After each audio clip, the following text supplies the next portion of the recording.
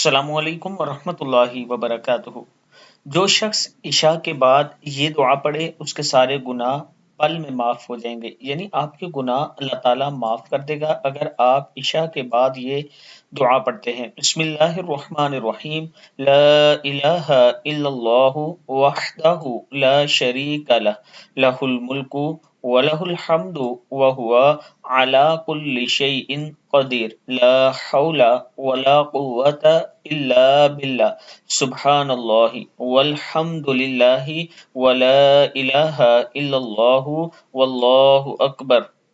جو شخص عشاء کے بعد یہ دعا پڑھے تو اس کے گناہ معاف کر دیے جائیں گے، بے شک سمندر کی جاگ کے برابر ہوں۔